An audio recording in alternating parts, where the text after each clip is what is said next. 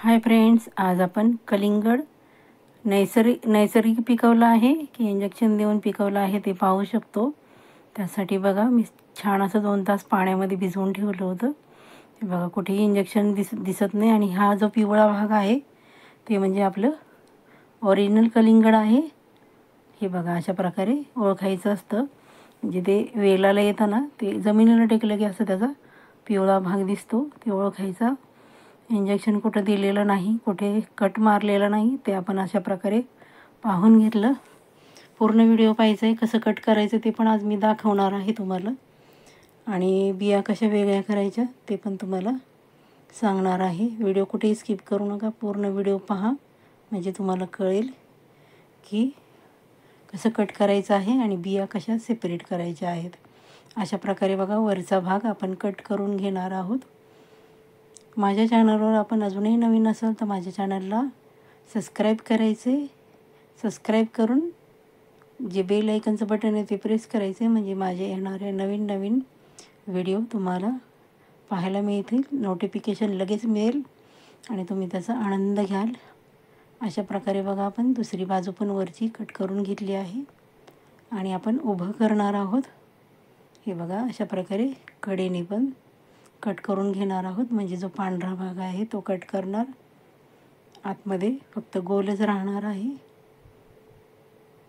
छान कमेंट करायची आहे व्हिडिओला मैत्रिणींनो, आणि जरी तुम्हाला काही वेगळं वाटत असेल तर ती पण तुम्ही कमेंट करू शकता। स्वागत आहे तुमचं, म्हणजे मी बदल करू शकते व्हिडिओमध्ये माझ्या, आणि तुम्हाला माझ्याकडून कुठल्या रेसिपी हवे आहेत ते पण तुम्ही कमेंट करून सांगू शकता। माझा व्हिडिओ तुम्ही कुठून पाहता ते कृपया मी कमेंट करायची आहे, म्हणजे मला छान वाटेल की तुम्ही माझा व्हिडिओ कुठून पाहत आहात।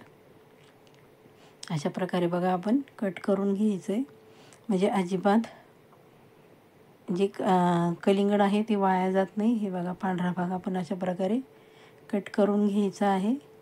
खूप छान लाल भडक आहे बघा, आमचे हे खूप छान फळं आणतात, त्यांनीच आणलेलं आहे, आणि चव पण खूप सुंदर आहे, कारण हे नैसर्गिकरित्या पिकवलेलं आहे, झाडाला ते पेलीला ते पिकलेलं आहे, इंजेक्शन देऊन नाही पिकवलं। हे बघा आपण पूर्ण त्याचा पांढरा भाग काढून घेतला, असं मध्ये कट करायचं आहे, म्हणजे तुम्ही लहान मुलं आहे, आपण मोठी माणसं बिया खाऊ शकतो, पण लहान मुलांच्या घशामध्ये बिया अडकू शकतात, त्यांना काही त्रास होऊ शकतो, म्हणून आपण अशा प्रकारे बिया काढून त्यांना खायला देऊ शकता आणि ते कलिंगडाचा छान असा आनंद घेऊ शकतात। काही ठिकाणी कलिंगड म्हणतात, काही ठिकाणी टरबूज पण म्हणतात, आमच्याकडे कलिंगड म्हणतात, सासरी आणि माहेरी टरबूज म्हणतात। हे बघा अशा प्रकारे कट करून घेतलं आहे, दाखवते तुम्हाला मी।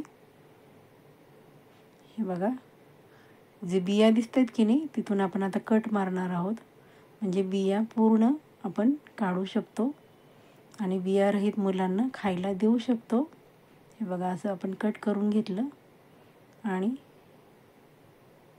हे बघा एकाचे 4 भाग करून घेतले आहेत, आणि चाकूच्या सहाय्याने आपण त्याच्या बिया काढणार आहोत। खूप सुंदर, एकदम सोपी पद्धत।